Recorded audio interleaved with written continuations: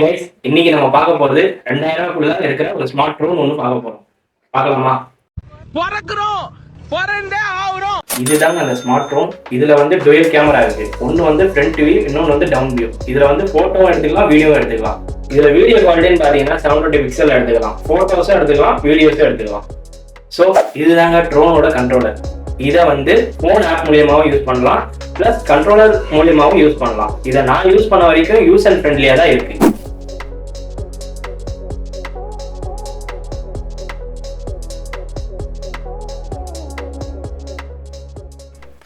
இப்போ நம்ம பேட்டரி லைஃப்பை பார்க்க போகிறோம். பேட்டரி லைஃப்பை பற்றி பார்த்தீங்கன்னா 20 to 25 மினிட்ஸ் வரைக்கும் இதோட கெப்பாசிட்டி இருக்குது நாங்கள் யூஸ் பண்ண வரைக்கும்.